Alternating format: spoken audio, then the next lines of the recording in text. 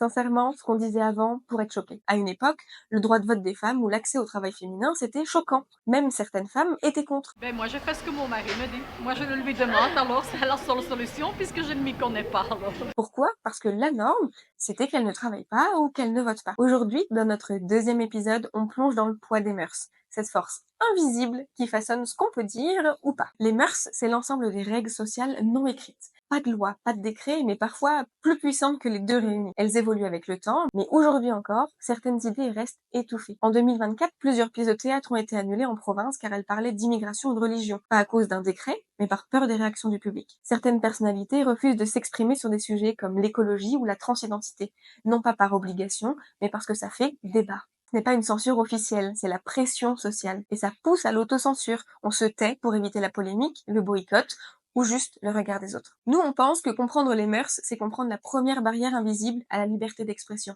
La prochaine fois, on parlera d'un autre terrain glissant, les réseaux sociaux. Modération ou censure, tu verras que la frontière est très fine.